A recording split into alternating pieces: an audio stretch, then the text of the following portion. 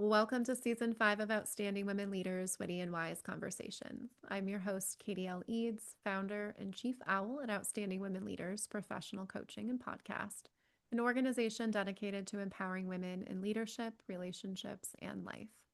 Owl is on a mission to host 100 million witty and wise conversations that inspire you, disrupt the way leaders think, and stir your soul into aligned action.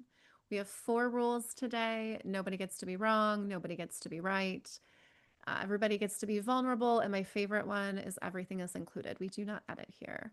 This conversation is exactly what it needs to be in this moment in time. We've asked our guests to join us via video to allow us to create authentic connection. Eyes are the window to the soul. You will be seen here. You will be heard. There is space for you. When this conversation comes to a close, I will ask our guests 3 questions. If you've tuned in before, you know what they are. And if you haven't, you don't want to miss them. But enough about me. Today, I'm excited to welcome Outstanding Women Leader, Monica Phillips, president and founder of Sparkplug Labs, a certified leadership coach, strategic partner, mentor, advisor, and keynote speaker. She brings 20 years of executive experience to her work coaching leaders at all levels and their teams on heart-based leadership, business development, well-being, culture, and equity in the workplace. She is a certified yoga teacher and teaches yin, flow, mindfulness, and leads retreats. Welcome, Monica. Thank you so much, Katie. What an honor to be here with you. Thank you for that. Thank you. I'm so excited to talk about the Spark, which as soon as I saw Spark Plug Labs, I knew I was exactly where I needed to be because leadership is an experiment. We all need a lab for leadership. And I love leaving sparks of inspiration everywhere I go. Tell us a bit about, when you founded a Spark Plug at Labs and what you do there. Mm.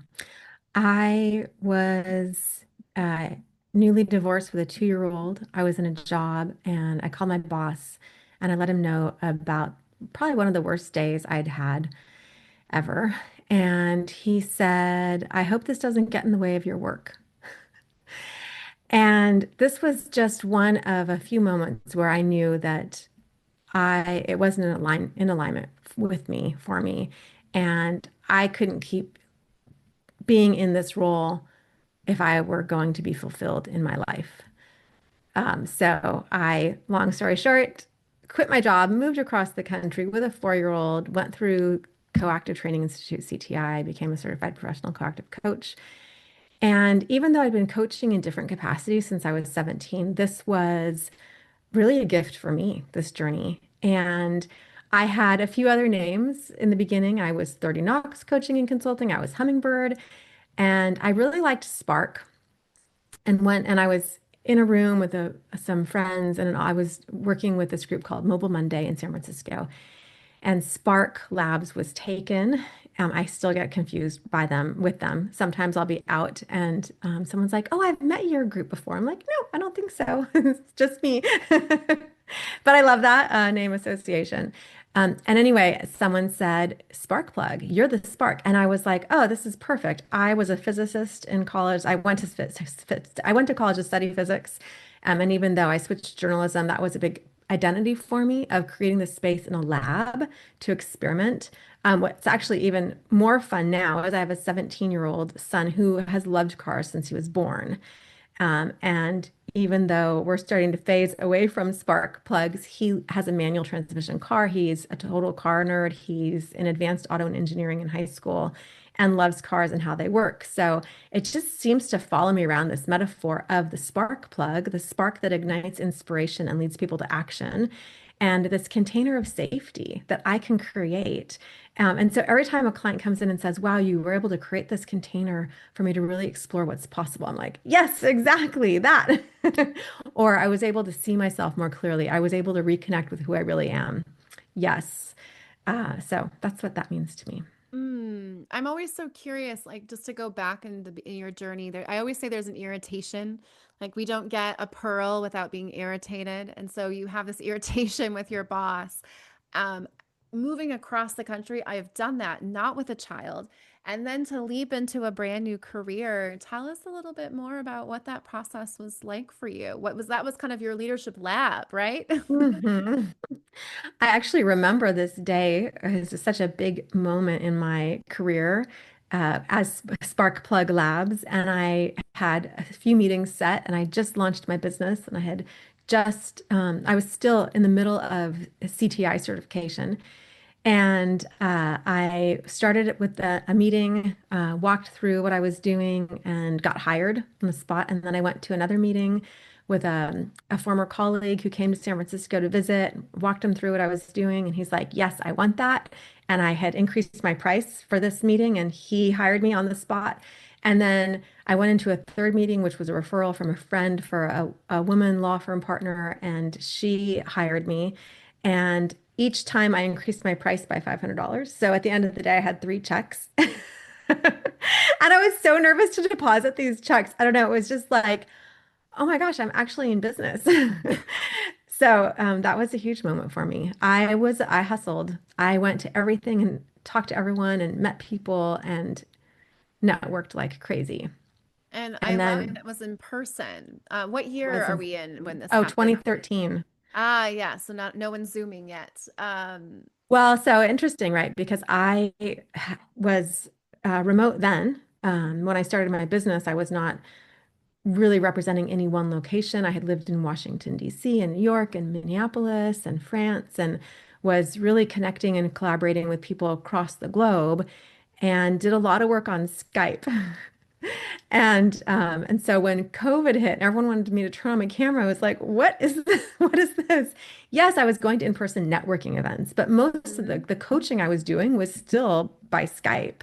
And I even held phone meetings with people from multiple countries at once. So it's such a switch for me to like, I'm thinking like, I'm here sitting here in my yoga pants and you want me to turn on a camera? Okay. Let me go brush my hair. No, I'm kidding.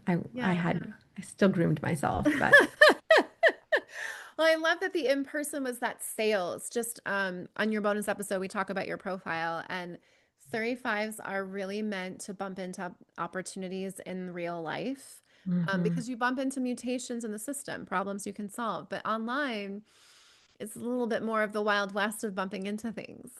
That's how we bumped into each other It online. is, though. You're absolutely right. And that's what's so fun about the trial and error of like, I imagine as you've refined Sparkplug Lab over the years, that like you really are clear about who you want to bump into now. Yeah. True. Yes, I was exhausted with the networking I was doing Mhm. after about 18 months. And I Yeah. just started to slow down and kind of leaned into the referrals that I was getting. Even though it may or may not have been exactly what I wanted, I just didn't have the bandwidth to keep doing more. And now I do feel like I've settled into this space where the exact right people come to me. Yeah. That's why I'm here. I know. And I always love a good CTI backstory for my CTI listeners. How did you find CTI and why them? Oh, it is a good story. So I offered to help a friend with some marketing. She was a small law firm in the Washington, D.C. area. And I was in the middle of this life epiphany pivot. I was going to get a PhD in anthropology, and I was in the middle of pursuing that path. Solo parent with a 2-year-old taking night classes, working full time. It was challenging, to say the least, including a weekend where I pulled an all-nighter and was exhausted the next day, the next 3 to 5 days. I was younger and bounced back easier then, but I was doing this work with this friend and talking about what I was looking for because I had decided I don't actually want to get a PhD at this time. And she mentioned her coach who had an MBA and a JD and was had gone through this coaching program and thought that it kind of sounded like what I might want to do. So I had a call with him. And what I liked about him was he worked in the worlds I worked in. Even though I grew up with Bay Area hippie parents, I never really talked about it. I was kind of afraid of embracing that side of who I am.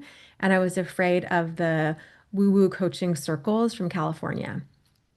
And he mentioned, and I was looking at a few coaching programs. He mentioned CTI.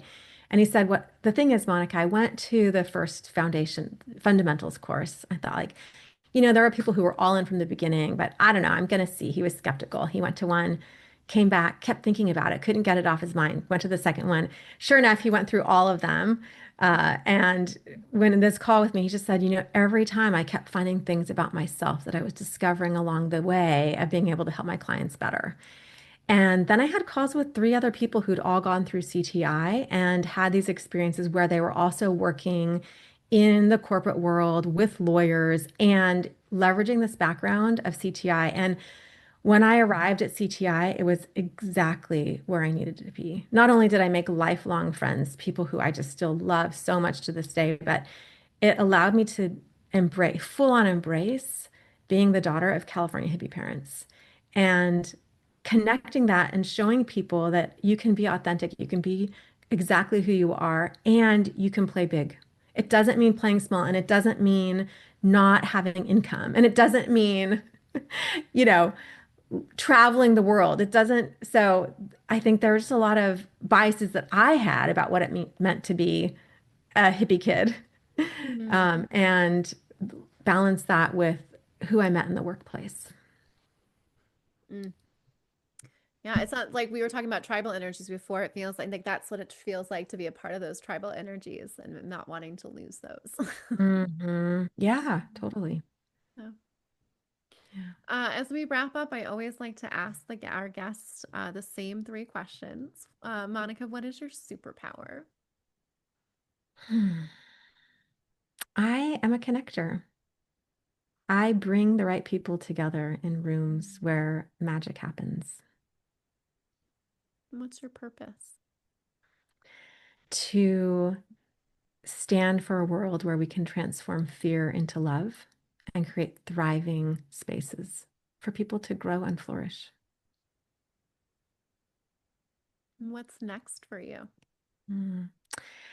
You said it so well in this journey that I'm on coming into synthesis. And I really feel that in my bones that I have done all of this. And now I'm coming into this space that's full of more and more clarity. And even though I'm in the middle of a pivot, this opportunity is really clear in how I can serve at a higher level through the work that I do.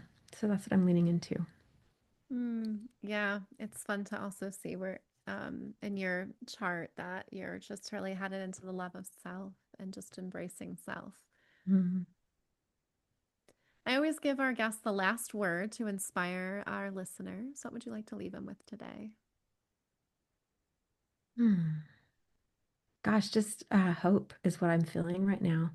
Hope to be in yourself, with yourself, to have these moments of quiet to listen so that you can connect to the universe and show up for the world.